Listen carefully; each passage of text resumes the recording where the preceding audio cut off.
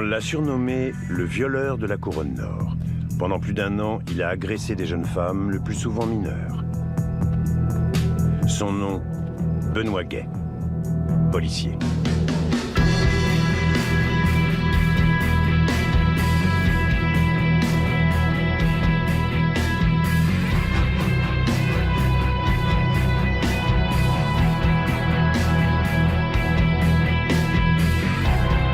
La plupart des victimes sont menues, très jeunes et sans défense.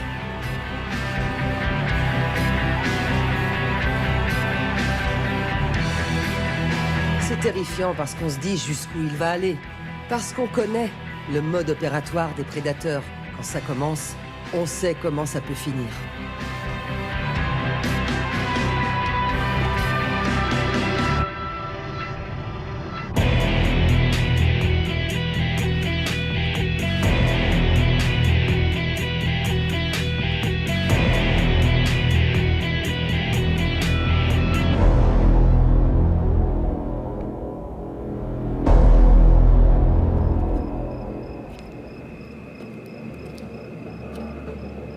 Le 11 mai 2004, vers 23h30, une jeune femme marche seule dans une rue mal éclairée. Elle se rend tranquillement à la maison d'un ami.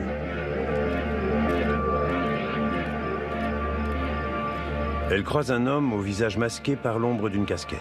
L'homme l'aborde en lui demandant l'heure. Il la saisit par le poignet. Il place un couteau sur ses côtes en lui disant « Ne crie pas, sinon je te poignarde ». Terrorisée, la jeune femme se laisse entraîner dans un bosquet. Il ciblait des jeunes filles qui lui semblaient incapables de se défendre et il savait qu'il pouvait les dominer. C'est ça, un prédateur sexuel. Une fois loin du regard des passants, sous la menace de son couteau, l'homme a exigé de sa victime qu'elle se livre à ses fantasmes. Et on connaît le mode opératoire des prédateurs. Quand ça commence, on sait comment ça peut finir. Ça finit en général par des agressions graves, par des meurtres.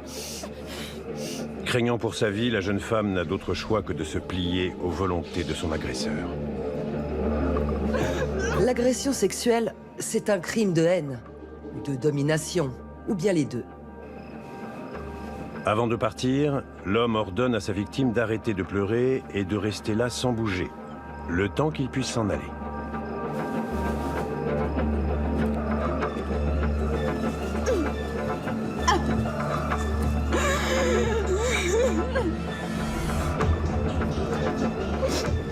Un mois plus tard, le 16 juin 2004, toujours vers minuit, une jeune femme âgée de 16 ans marche seule dans un quartier résidentiel de Saint-Jérôme. Un homme, au visage masqué par l'ombre de sa casquette, l'agrippe par le poignet. Malgré le fait que l'agresseur soit armé d'un couteau, la victime résiste. Elle se débat, elle crie, elle réussit à lui échapper. Dans sa fantasmatique sexuelle déviante, il y a ce qu'on appelle un scénario. Il y a un plan qui est excitant. Et à partir de ce moment-là, le prédateur cherchera à recommencer toujours la même chose. Ça vient mettre une certaine pression sur les enquêteurs, évidemment. Parce que ce que l'on veut, c'est l'arrêter. Le prédateur, on veut arrêter ce criminel. S'il y a bien un crime sordide, c'est celui d'agression sexuelle. Il faut malheureusement quelques victimes avant que les policiers aient un certain profil de l'individu. C'est le 23 juin 2004 que l'homme à la casquette s'attaque à sa 3e victime. Toujours une jeune femme, âgée de 16 ans elle aussi, qui rentre chez elle par les mêmes rues qu'elle emprunte tous les soirs. Malgré le couteau et les menaces de mort de son agresseur, la jeune femme résiste et finit par lui échapper. Elle se rend à la police et donne une description de son agresseur et de sa Honda rouge, ce qui permet aux enquêteurs de faire un recoupement avec les 2 agressions précédentes. Quand il y a un prédateur qui agit en toute liberté, qui rôde, qui fait des victimes, parfois la première agression sexuelle ou bien le premier événement qui est rapporté ne va pas créer beaucoup de remous. Mais quand il y a plusieurs séquences assez rapprochées dans le temps et dans un environnement à peu près identique, là, bien évidemment, l'inquiétude va commencer à croître. Au fil du temps, on s'est aperçu que, compte tenu du secteur où le prédateur sévissait, du choix similaire du profil de ses victimes, de l'arme utilisée et du mode opératoire, nous sommes arrivés à la conclusion qu'il s'agissait d'un seul et même agresseur. C'est quelqu'un qui, manifestement, cible ses proies sur le même genre de critères. Ce sont de très jeunes filles de petite taille, elles ont l'air fragiles, donc il sait qu'il pourra les maîtriser sans problème. On a donc affaire à quelqu'un qui n'est pas le jeune délinquant classique qui s'amuse à faire peur aux filles de son quartier. Les titres sortent. Le violeur de la couronne nord. Tous les journaux commencent à en parler et là on sait, ou on pense en tout cas parce que les éléments se ressemblent pas mal, on pense qu'on a affaire à un prédateur. Étant donné que le violeur de la couronne nord ne s'attaquait qu'à des victimes qu'il ne connaissait pas, il était difficile à identifier. Il n'était qu'un inconnu surgissant dans la nuit avant de disparaître.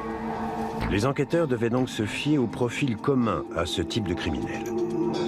Les agresseurs sexuels ne vont pas passer à l'acte dans un périmètre qu'ils ne connaissent pas. En fait, ils savent que c'est beaucoup trop risqué. Ils ont besoin de maîtriser leur environnement pour pouvoir prendre la fuite si besoin. Et les statistiques montrent qu'ils habitent ou travaillent sur leur terrain de chasse.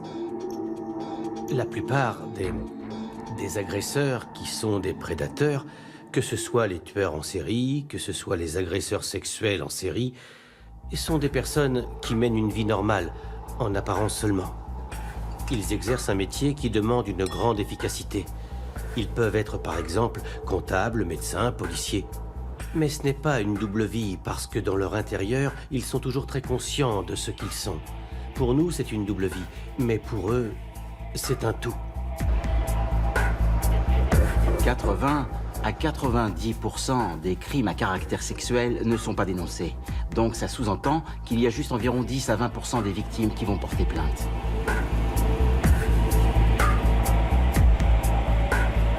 Les victimes peuvent avoir tendance à ne pas rapporter une agression sexuelle, soit parce qu'elles sont gênées, soit parce que le processus judiciaire leur fait très peur. Les victimes ne veulent pas se retrouver devant le système judiciaire pour ne pas avoir à revivre leur agression. Elles vont se dire, de toute façon, ça ne changera pas grand-chose. Parce que très souvent, les agresseurs ont des sentences trop clémentes. Ou bien par crainte que l'agresseur puisse un jour arriver à les localiser et à les revoir, ce qui fait que beaucoup d'entre elles ne portent pas plainte. L'enquête pour retrouver le violeur de la couronne nord débutait avec très peu d'indices. Les enquêteurs ont commencé par dresser une liste d'hommes avec des antécédents d'agression sexuelle, domiciliés dans un secteur qui englobait toute la couronne nord. Cet individu était très futé. Premièrement, il ne laissait pas de fluide corporel dont on aurait pu extraire un profil génétique. Il n'était jamais vu des caméras de surveillance. Non seulement il connaissait son environnement, mais il avait aussi procédé au repérage méthodique des lieux où il pouvait agresser ses victimes sans prendre de risques. Tous ces éléments nous donnent le profil d'un individu qui peut être proche, sinon très proche, des méthodes policières employées pour dépister les agresseurs sexuels. 8 mois passent sans que de nouvelles agressions soient signalées. Puis, le 25 mars 2005, le prédateur refait surface. Encore une fois, il cible une jeune femme de 17 ans qui s'arrête à une station de bus vers minuit 30.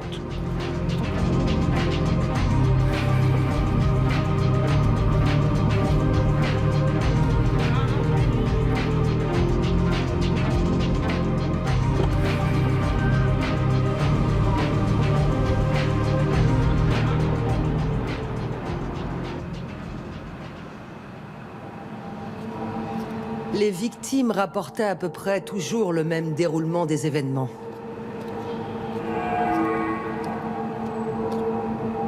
Elles se faisaient accoster par cet homme qui soit leur demandait l'heure, soit les entraînait manu militari dans un endroit sombre sous la menace d'une arme pour leur imposer une relation sexuelle. Elles étaient terrorisées car il leur disait « Obéis, sinon je te tue. Si tu ne te débats pas, si tu fais ce que je te dis, il ne t'arrivera rien. » C'est sous-tendu par une fantasmatique déviante et la colère. Il sait parfaitement qu'il abuse de sa force et il a une volonté irrépressible de prendre le contrôle sur l'autre. Ses actes sont organisés et réfléchis. Il a tout préparé.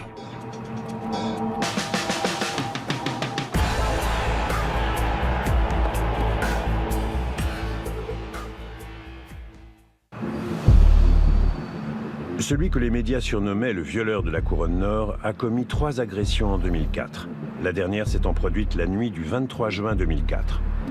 Après quoi, il ne s'est plus manifesté pendant 8 mois. Mais en mars 2005, il réapparaît et agresse une 4e victime.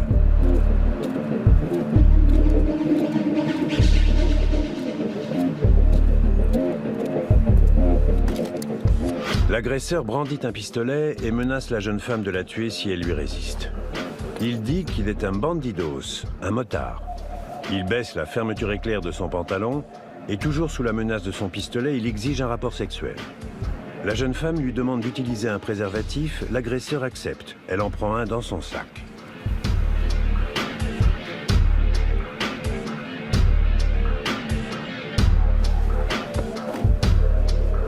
Il a fait croire à 2 ou 3 de ses victimes qu'il était un motard ou un ancien Hells Angels, qu'il avait déjà tué, et que c'est pour ça qu'il avait une arme à feu. Il s'empare de la carte d'identité de sa victime et menace de revenir la tuer si elle prévient la police. Il énonce très souvent la même sorte de menace à sa victime. Fais attention, je te connais et je sais où tu habites. J'ai même vu des cas où certains agresseurs sont allés jusqu'à fouiller dans les sacs que portaient les victimes, pour recopier leur nom et leur adresse. Donc, son scénario s'étoffait au fil des mois et devait être absolument terrifiant à entendre pour une adolescente de 17 ans qui se fait accoster comme ça à 11h minuit pour être agressée sexuellement.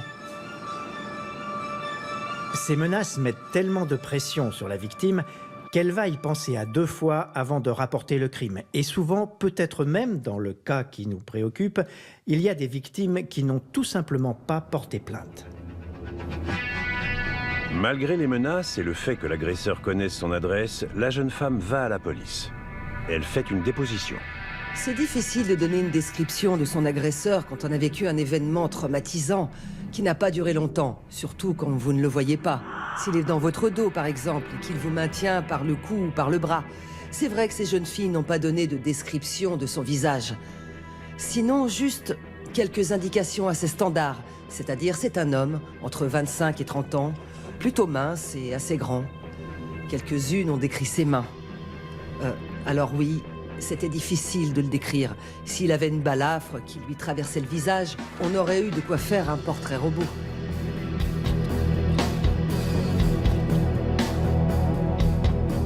J'ai rencontré une fois un tueur en série qui m'a dit « Écoutez, le geste ultime pour moi, c'est d'entendre le dernier souffle. Je suis responsable du dernier souffle. » C'est exactement la même dynamique pour les prédateurs. Parce que le but ultime, c'est de reprendre le contrôle et de se sentir bien. Mais il voit bien que ça ne marche pas. 1 fois, 2 fois, 3 fois, 4 fois. Donc, il rajoute de la violence. Il a commencé avec un couteau, un canif, avant de poursuivre justement avec une arme à feu, pour maintenir le même niveau d'adrénaline et par là le même niveau d'excitation sexuelle. Il commence avec « Viens ici, ma belle ». Après ça, c'est « Viens ici, ma putain ». Il va passer du couteau au revolver. La violence augmente.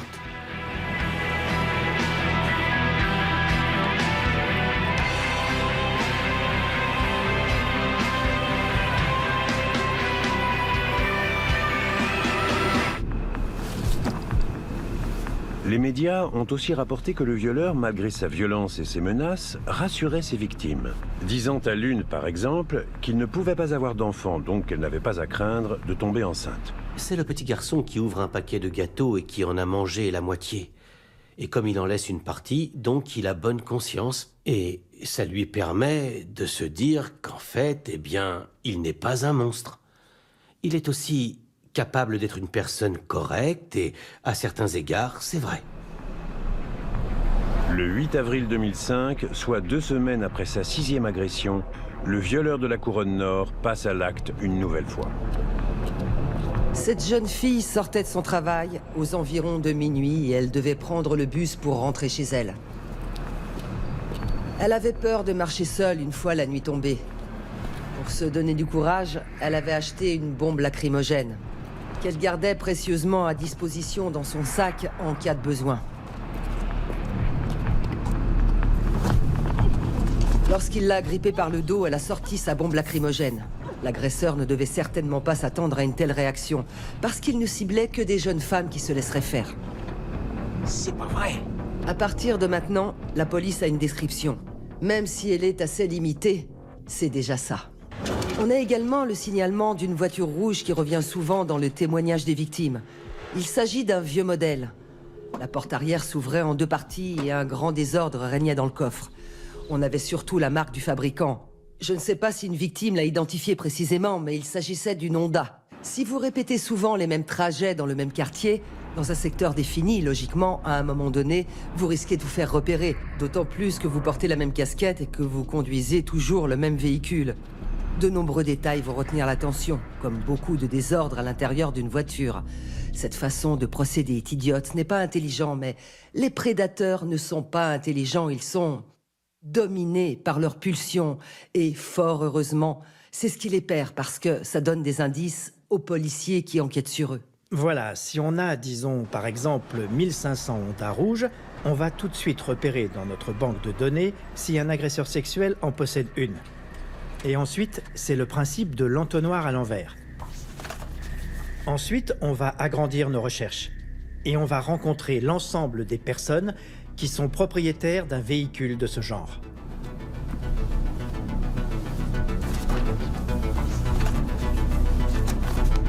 Je ne sais pas s'ils ont examiné toutes les Honda rouges des années 90, mais très certainement qu'ils ont commencé effectivement par effectuer cette recherche. Je pense qu'ils n'ont pas réussi à passer au travers, avant l'arrestation de l'individu en question. Le signalement du véhicule du prédateur va finir par porter ses fruits.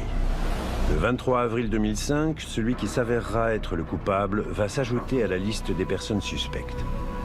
Au printemps 2005, ça fait 1 an qu'il y a un prédateur qui fait des victimes. Alors, on organise des opérations policières importantes. Ces opérations vont avoir lieu dans des secteurs précis. Les parkings autour des arrêts des lignes de bus de la région nord de Montréal vont être évidemment ciblés. Un soir, le 23 avril 2005, le même type de véhicule est repéré. Le conducteur du bus a remarqué la présence du véhicule dont le propriétaire était suspecté d'agression sexuelle. Le chauffeur du bus a poursuivi son trajet et 1 heure plus tard, lorsqu'il s'est arrêté au même arrêt en sens inverse, le chauffeur a remarqué de nouveau la présence de cette Honda rouge. Il en a signalé la présence aux policiers de Laval qui sont très vite arrivés sur les lieux. Et ils l'ont trouvé en train de vérifier les horaires de bus. Lorsque les policiers l'abordent en lui demandant ce qu'il fait, il répond simplement « Je vérifie seulement les horaires, j'attends quelqu'un. Je ne sais plus à quelle heure elle doit arriver. » Il devait être un peu nerveux, j'imagine.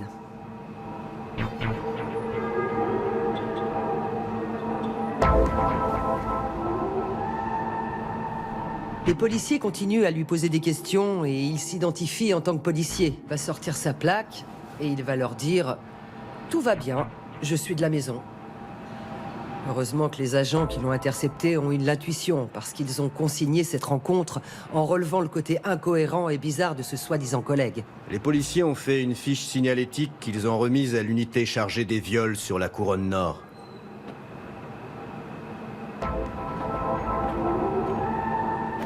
Malheureusement, lorsque les enquêteurs ont lu cette fiche, ils ne l'ont pas prise au sérieux sur le moment. Ils se sont contentés de la mettre sur la pile des affaires courantes à traiter. Évidemment, ce policier n'est pas le suspect numéro 1.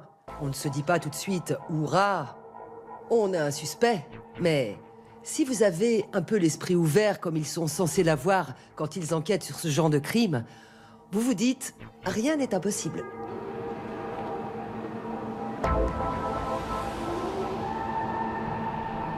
Et là, il commet une première grosse erreur. Il téléphone au Salvac, qui est une entité spécifique de la police, celle qui regroupe toutes les informations relatives aux agressions sexuelles. Il leur dit qu'il veut savoir où en est l'enquête en question. Ce qu'il cherchait désespérément à savoir, c'était « Est-ce que vous êtes déjà sur la piste d'un suspect potentiel ?» C'est un peu louche, c'est un peu bizarre. Si vous êtes le père d'une victime, d'accord, ça peut passer. Si vous êtes un policier du service des agressions sexuelles, ça passe encore. Mais si vous êtes un policier en charge des filatures, vous imaginez bien que ça ne passe plus. Et comme il s'y attendait, ses collègues lui répondent « Désolé, je ne peux pas vous en dire plus ».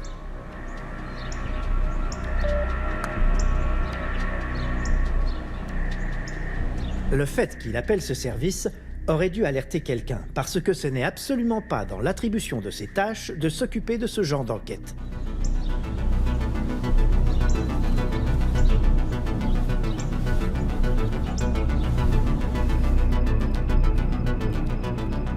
Deux mois se passent avant que se produise une nouvelle agression. Ce sera la plus grave et la plus haineuse. Il va s'attaquer à une adolescente de 15 ans le jour même de son anniversaire. Pour cette jeune fille, ce sera épouvantable. Cette nuit sera horrible. S'il n'avait pas été arrêté, il aurait blessé une autre de ses victimes. Et il l'aurait certainement tuée. Quand on lui a posé la question, il a dit oui. Il pense qu'il aurait fini par tuer. Fin 2005, à la liste des suspects voit s'ajouter le nom d'un policier, Benoît Gay. Depuis plus d'une année, un prédateur sexuel s'attaque à des jeunes femmes dans la couronne nord de Montréal. C'est toujours vers minuit qu'il aborde ses victimes, d'abord sous la menace d'un couteau et ensuite d'une arme à feu. L'élément d'enquête le plus solide dont dispose la police est le signalement de sa voiture, une voiture rouge. Ce signalement va mener à l'interpellation d'un certain Benoît Gay, un policier affecté au service des filatures. À partir du 23 avril 2005, on peut dire qu'il l'a échappé belle, évidemment. Les policiers prennent des notes. Ils vont rédiger un rapport. Mais ça ne va pas plus loin, et puis je ne pense pas qu'ils se sentent particulièrement visés par l'enquête. À tel point d'ailleurs qu'il récidive le 1er juillet 2005, et là, c'est sa pire agression, la plus violente. Une adolescente revient chez elle à pied après un trajet en bus. Elle est sans méfiance dans un environnement qui lui est familier. Elle croise un homme appuyé sur une petite voiture rouge. Un homme portant une casquette qui jette de l'ombre sur son visage. Il lui demande si elle a vu son chien. Puis il sort une arme à feu. Il entraîne sa victime dans un espace isolé où il l'agresse brutalement.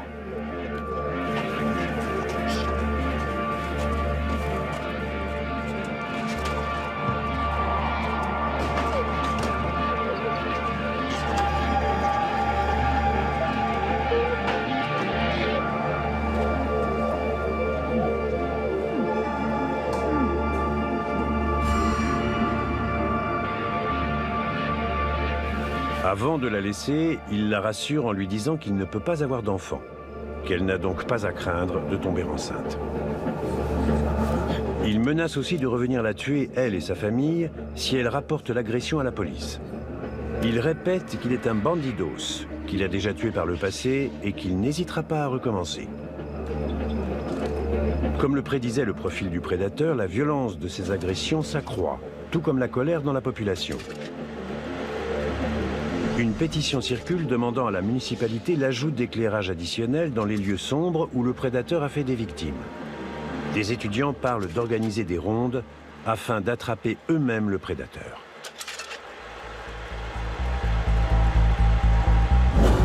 À l'été 2005, le projet Hibou est créé. La recherche du violeur de la couronne nord devient une opération conjointe de la Sûreté du Québec, des services de police de Laval, Saint-Jérôme, Terrebonne, Sainte-Anne-des-Plaines et Bois-des-Filions. Cette fois, les enquêteurs disposent d'un profil ADN. La police récupère enfin un échantillon d'ADN pour la première fois depuis juillet 2005 parce que, suite à cette agression, ils ont trouvé des liquides corporels. Après analyse, cet ADN ne correspond à personne de leur banque de données. Ils sont un peu dépités. C'est un profil génétique qui ne correspond à personne. Les policiers demandent aux hommes considérés comme suspects de donner volontairement leur ADN. Une soixantaine d'hommes le font sans hésiter. Aucun ne correspond au profil ADN du violeur de la couronne nord. L'enquête n'aboutit toujours pas, mais la liste des personnes suspectes se réduit de plus en plus. Par contre, plus il y avait eu de victimes, plus on était en mesure de confectionner un portrait robot qui avait de fortes chances de ressembler à l'agresseur. La police élabore un portrait robot dans le but de le diffuser dans les médias et de dire ainsi à la population « Aidez-nous, vous êtes nos yeux, vous êtes nos oreilles. Est-ce que vous connaissez ou est-ce que vous pensez reconnaître cet individu dans votre entourage ?» Quelques mois plus tard, en octobre 2005, le portrait robot du suspect est rendu public. Très Très vite, de nombreuses personnes au Québec vont nous appeler et nous dire « Mon voisin, c'est un type un peu bizarre et il a un véhicule rouge ». Cela vient élargir les possibilités, mais ça vient aussi multiplier par 2 le travail des policiers. Et franchement, ce portrait robot est assez ressemblant. Au point où ses collègues le taquinent, évidemment, ils ne pensent pas une seconde que ça peut être lui. Alors ils se mettent à faire des plaisanteries, mais rien de bien méchant. Benoît Gay ne devait pas emmener large, car ce portrait lui ressemble, parce que c'est lui. Il sait que le projet Hibou est ficelé, que les enquêteurs avancent petit à petit, et que beaucoup de ressources lui sont consacrées.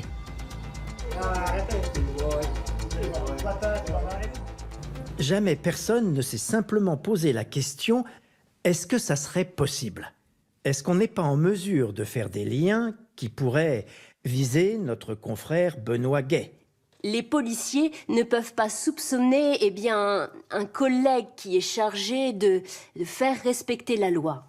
Ce même collègue, dans leur tête, c'est impossible qu'il enfreigne la loi. Et puis surtout, les crimes sexuels sont des crimes qui les répugnent. C'est pas comme un policier ripou qui a accepté une somme d'argent pour vendre des informations. Non, ce type a agressé des adolescentes. C'est pour ça que les policiers ont mis du temps à le mettre en haut de la liste des suspects. Il prenait soin de porter une casquette, histoire de ne pas être reconnaissable. Mais le plus étrange, c'est qu'il utilisait tout le temps sa voiture personnelle. Quand on y réfléchit, ce n'est pas intelligent, surtout venant d'un policier qui sait très bien comment les enquêteurs travaillent. Le policier Benoît Gay sent que l'étau se resserre sur lui. Il sait que les policiers sont à la recherche d'une Honda rouge, ce qui l'amènera à vendre sa voiture en espérant arriver à semer ses traces. Il venait juste de changer sa voiture pour un même modèle avec une lunette arrière identique, mais plus foncée. Et il s'est fait mettre en boîte par ses collègues pour avoir changé de voiture. Je me souviens, ses collègues disaient « Tiens, t'as une voiture comme celle du violeur de Laval. Tu pouvais pas en choisir une autre ?» Les prédateurs ne sont pas intelligents, ils sont dominés par leurs pulsions et, fort heureusement, c'est ce qui les perd parce qu'ils laissent des indices aux policiers qui enquêtent sur eux.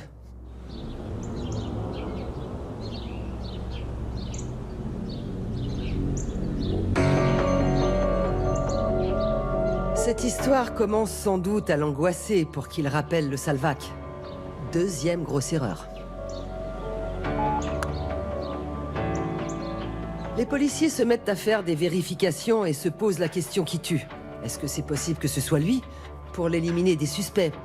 Et puis, plusieurs agressions sexuelles ont été commises à certaines heures, où Benoît Gay était en service. Ses horaires de travail le blanchissent, on ne peut pas le suspecter. Mais il vérifie son emploi du temps et découvre qu'il a fait une petite entourloupe dans son relevé d'horaire de service. Un policier peut jongler avec ses horaires et récupérer du temps travaillé sans passer par ses supérieurs. En découvrant ça, les enquêteurs pensent qu'il est fort possible que Benoît Gay commet ses agressions et revient au bureau à temps. Ce qui amène les policiers à ne pas éliminer leurs collègues de la liste des suspects. Une de ses collègues le contacte pour le rencontrer, pour lui dire de ne pas s'inquiéter, qu'il n'est pas suspecté, mais qu'elle aimerait bien pouvoir l'éliminer définitivement de sa liste. Elle va le trouver un peu bizarre, c'est-à-dire qu'il n'a pas beaucoup de réactions, il n'a pas beaucoup d'émotions. Il ne veut pas la rencontrer, mais il finit par changer d'avis parce que tous les soupçons convergeraient sur lui s'il s'entêtait à refuser cet entretien. J'imagine qu'il doit ressentir la pression qui commence à monter.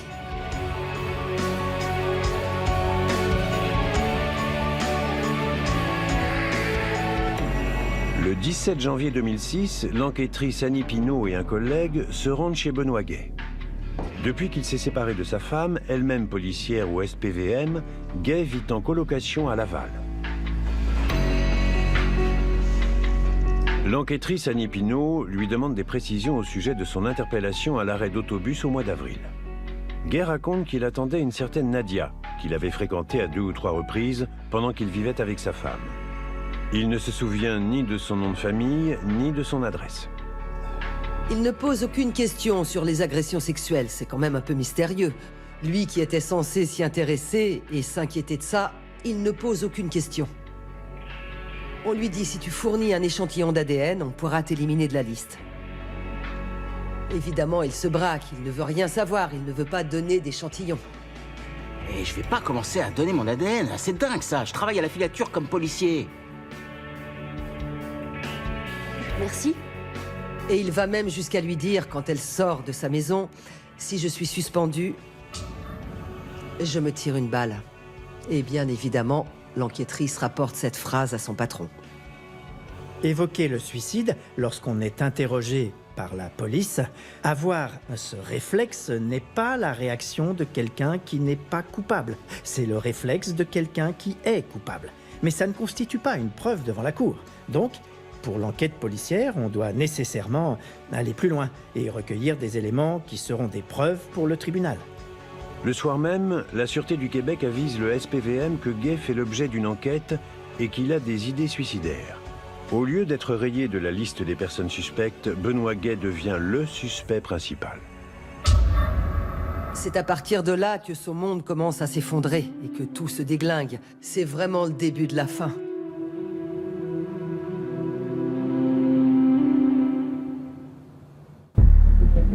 Après une année de recherche, les enquêteurs de la Sûreté du Québec croient avoir identifié un dangereux prédateur sexuel. Et le coupable potentiel est un policier, Benoît Gay, agent au SPVM depuis 14 ans, spécialiste en filature. Serait-ce possible qu'un policier entraîné à épier et traquer des criminels soit aussi celui qui suit et agresse en série des jeunes femmes? Il va même jusqu'à lui dire, quand elle sort de sa maison, « Si je suis suspendu, je me tire une balle. » Et bien évidemment, l'enquêtrice rapporte cette phrase à son patron. Et là, on lui retire son arme et on l'affecte à des tâches administratives. Et c'est là que tout commence à s'effondrer pour lui.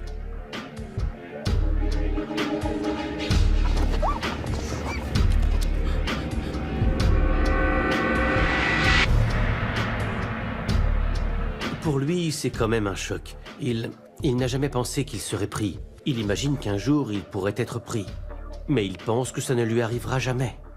Quand il est découvert, il y a atteinte à l'estime de soi. Il y a la honte. C'est un homme marié, il a sa propre famille, sans parler de la famille de son épouse et de son cercle d'amis.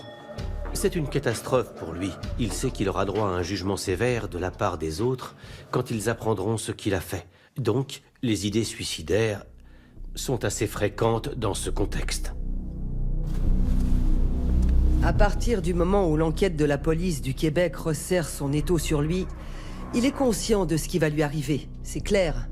Il va rendre visite à son frère et lui tient des propos que son frère qualifiera de mystérieux. Des phrases comme « Quand tu vas voir ce que j'ai fait, tu sais, c'est grave ce que j'ai fait, tu vas tomber de ta chaise », mais sans rien préciser. Son frère, bien sûr, commence à s'inquiéter sérieusement. Benoît Gay lui dit « J'ai 3 choix. Soit je pars en exil, soit je fais face à la situation, soit je me suicide. » Sur ce, il s'en va et son frère prévient la police. Suite à l'appel de son frère, Benoît Gay est placé sous surveillance 24 heures sur 24. Les enquêteurs craignent qu'il ne tente de se suicider ou de prendre la fuite. Maintenant, il n'est plus supposé innocent. Il devient réellement suspect. Ce qui oblige l'inspecteur-chef à lui retirer son arme de service.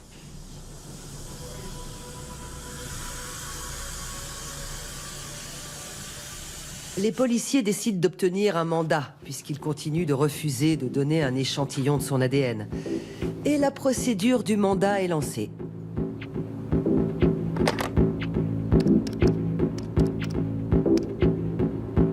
Vu son état, il passe un court séjour en psychiatrie parce qu'il a des idées suicidaires. Il finit par en sortir. À partir du moment où il sort de l'hôpital, il est réellement suspect.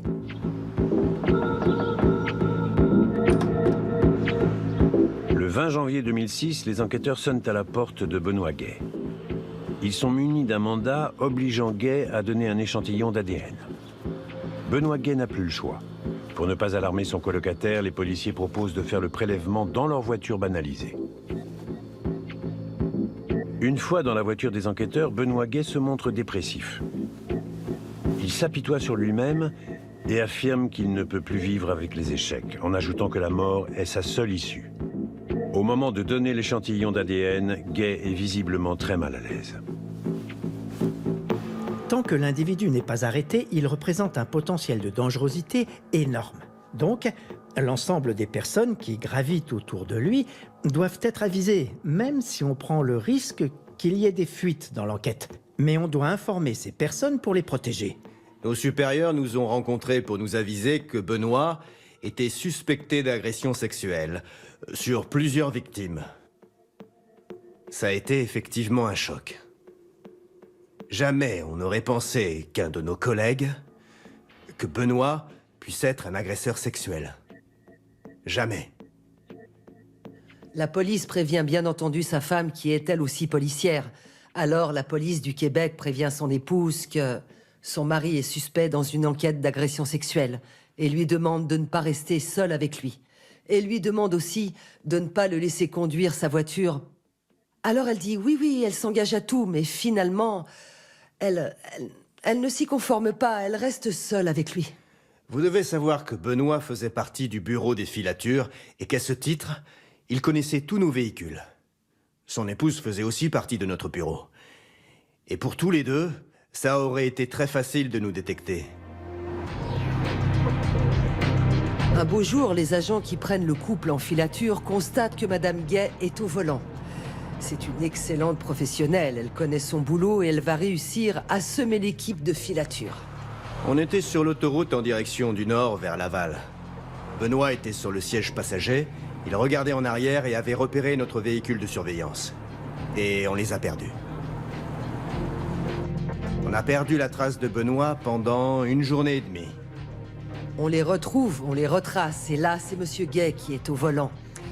Il fait toutes sortes de manœuvres, des manœuvres de diversion en tout cas. Bref, il connaît son métier.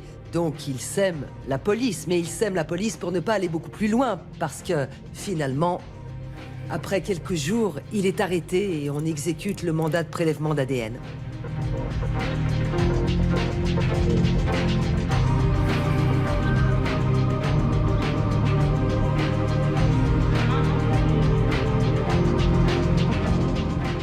À partir du moment où il devient un sujet avec un peu plus d'intérêt, jusqu'à ce qu'il devienne suspect, c'est assez rapide. C'est parce qu'il a multiplié les erreurs, comme ça arrive souvent. Lorsqu'on a su que Benoît Gay avait été arrêté et accusé des crimes d'agression sexuelle, des crimes en série, ça a fait l'effet d'une bombe, tant au SPVM que dans l'ensemble des corps de police. Durant les semaines qui ont suivi, on ne pouvait pas s'empêcher de se demander est-ce qu'il y en a d'autres dans notre entourage. C'est sûr que cela vient créer un drôle de sentiment, mis à part qu'on se sent profondément trahi. Ça crée également chez nous toute une onde de choc. C'est un immense coup de tonnerre. Il n'y avait aucun indice qui nous laissait croire qu'il y avait des activités qui se déroulaient de la sorte.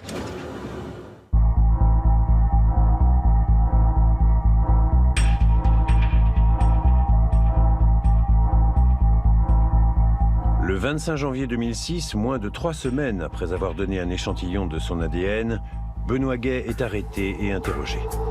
Les enquêteurs le mettent devant les faits. Gay les reconnaît. Et rapidement, il décide de plaider coupable.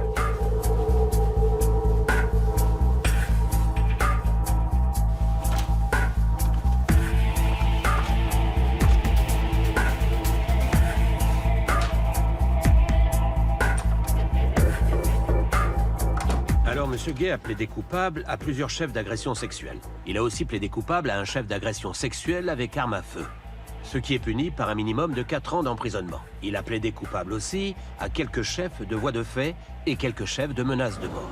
La seule raison qui pousse les policiers, lorsqu'ils sont arrêtés et accusés, de plaider rapidement coupable, c'est d'éviter que soit porté en plein jour l'ensemble des informations, la totalité des preuves contenues dans le dossier. S'ils plaident coupables, c'est en partie parce qu'ils ont honte. Ils ont honte de leurs actes, compte tenu de leur statut social de policier. En décidant de plaider coupable, Benoît Gay a évité aux victimes d'avoir à témoigner. Pour des victimes d'agression sexuelle, témoigner au procès, c'est l'horreur. C'est de revivre le crime, c'est comme se faire violer une seconde fois. Le plus étrange, c'est qu'il a avoué 2 crimes dont il n'était pas accusé. Une des choses les plus fascinantes de cette histoire, c'est que ce policier avait passé toute une batterie de tests pour rentrer dans la police, pour ensuite essayer de faire partie de l'équipe de filature.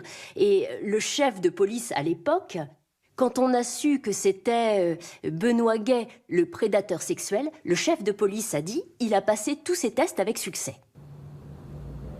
Les preuves étaient formelles. Du moins en ce qui concernait une des agressions, puisque le procureur disposait d'ADN. C'était évident qu'il allait encourir éventuellement une très longue peine de prison, que c'était un crime extrêmement grave. Et donc, le tribunal n'a pas accepté de le remettre en liberté. D'ici là, le policier sera gardé incarcéré dans une cellule d'isolement à l'abri de la population carcérale normale. Le fait que Benoît Gay soit membre d'une section d'élite, la filature, soulève aussi plusieurs questions. Ce policier se servait de toutes ces connaissances qu'il avait accumulées en tant qu'expert en filature pour essayer de commettre des crimes parfaits, des agressions sexuelles qui ne laisseraient pas de traces. C'est quand même troublant.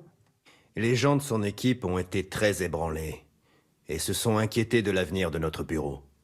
Que se passera-t-il avec notre bureau, nos techniques de travail, tous nos secrets? Benoît est parti avec tout ça. N'oubliez surtout pas que Benoît Gay était marié à une policière. Et la direction ne voulait pas entacher non plus la suite de sa carrière professionnelle. Parce que s'il était en prison, elle demeurait policière. Donc, si tout ça sortait lors d'un procès, dans une procédure judiciaire, l'aspect macabre des actes de son mari aurait forcément fait beaucoup de tort à la carrière de cette femme. Il va commencer une thérapie en prison qu'il va payer de sa poche et ça milite en sa faveur. Il va parler au psychologue, il va aussi exprimer des remords. Ce qui n'est pas le cas de la majorité des agresseurs sexuels. Donc il y a plusieurs éléments qui vont être considérés comme des facteurs atténuants dans ce dossier. Sa vie s'effondre, il n'y a plus rien qui tient debout. Sa femme est restée avec lui pendant quelques temps, mais elle a fini par le quitter. Il perd son job, il sait que c'est terminé, son monde s'écroule. Alors, qu'est-ce qu'il reste à faire? Essayer de se relever et puis de demander de l'aide, et c'est ce qu'il a fait. Le procureur va demander, en plus d'une peine de 8 ans de prison, il va demander que lui soit apposée l'étiquette de délinquant à contrôler. Ce qui veut dire qu'il allait être surveillé pendant 10 ans, une fois son retour à la vie civile. Il a plaidé coupable à toutes les accusations portées contre lui. Il n'a pas contesté la requête pour être déclaré délinquant contrôlé. Il s'est soumis à des traitements en prison. Alors oui, il a fait ce qu'il fallait. Pour évidemment essayer d'écoper une peine la moins sévère possible.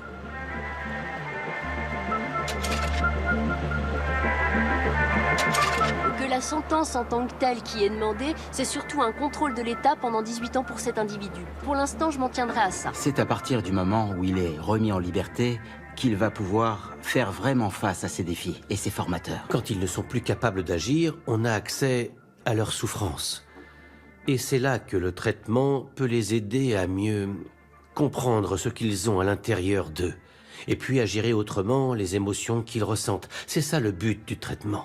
Il y a des gens qui croient beaucoup à la réhabilitation. Il y a des gens qui ont des connaissances au niveau psychiatrique ou psychologique supérieures aux miennes, évidemment. Sauf que pour moi, c'est l'expérience policière qui me dit que quand on arrive à commettre ce genre de crime aussi grave que celui-là, la probabilité d'être réhabilité s'amenuise. Benoît Gay sera libéré après 5 ans et 4 mois d'emprisonnement. Il a suivi des traitements et s'est soumis à des programmes. Devant la commission de libération, un commissaire a suggéré à Benoît Gay que s'il n'avait pas été arrêté, il aurait fini par tuer quelqu'un. Gay a répondu qu'il aurait toujours peur de lui-même, que ce problème ne le quittera jamais et qu'il doit donc apprendre à le contrôler.